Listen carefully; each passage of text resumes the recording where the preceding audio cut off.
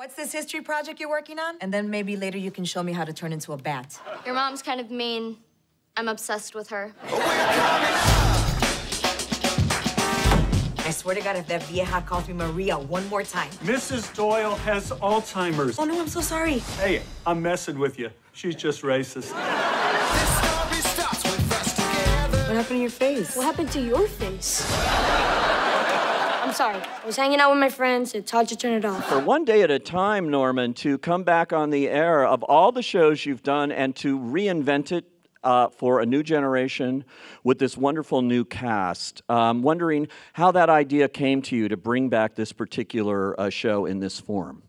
It came to me the way a lot of ideas come to me. Somebody walks in and says, hey, what do you think about it? That's how it came to me. Brent Miller, who is the executive producer of the show, talking to somebody, said, what do you think about a Latino version of One Day at a Time? And then the next thing I knew, these glorious people, Mike Royce and Gloria Calderon-Collette sitting at the end there, totally responsible for bringing it to life. And as I say, bringing it to life, it isn't bringing anything to life. It's so brand new. It's so different. It is so much Gloria's family. And this is a return to what we know from you and your classic shows of all those years. You have an audience. And talk about wanting to bring that format back in a big way. The single camera reflects a kind of film. And multicam reflects live theater. So we have a couple of 100, 300 live people sitting in an audience. And these performers, as they play those roles, develop a back and forth with the audience. It can't happen any other way. The audience laughs, and that causes Justina Machado to, it comes from the inside, I don't know what it is, and it elongates the moment or suppresses the moment, enlivens the moment. But it's a live performance with a live audience you're watching. So cool to see you in this role, by the way, Rita. You're so great in it, and it's such a great character, too. I love her. I love her. She is so big and dramatic and theatrical and unreasonable, all of the things that go with that kind of ego. You know, I can't imagine how they thought of me for this part.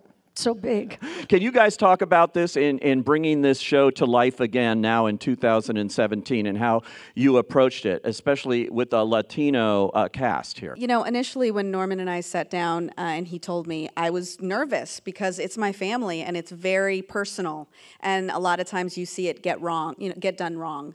And so I left the meeting with him feeling so secure. And same with Mike. When Mike and I sat down, I felt like these men had my back to tell an authentic story of a Latino family. You know, this is also the LGBTQ issues, also the veteran issues. These are three very important disenfranchised groups right now. And so to be able to tell funny and heartwarming and real stories about people that don't normally get to have these stories told is incredibly empowering. Yeah, it's a very theatrical experience, and that's, I think, what we love so much about the show and what that multicam experience brings to it. It's just that moment, those big emotional moments that you can have in that context that we try to take advantage of as much as possible. Can you talk about the experience here of playing her? Yes, I'm actually glad that I actually got hired where I could use my hands as much as I do. Being Latina all the time. I saw that, I read about it, I saw that Netflix was doing the show, I saw Norman Lear was attached, Rita Moreno, I didn't know anything else. I just thought, oh my God, I have to get in on this.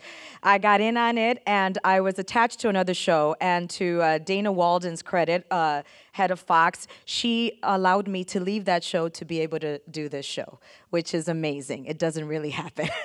So it's just an incredible opportunity. As an actress, Penelope is a dream come true. It's like, you just saw that. It's everything. Everything I want to do. She's funny. She's a screwball. There's heart.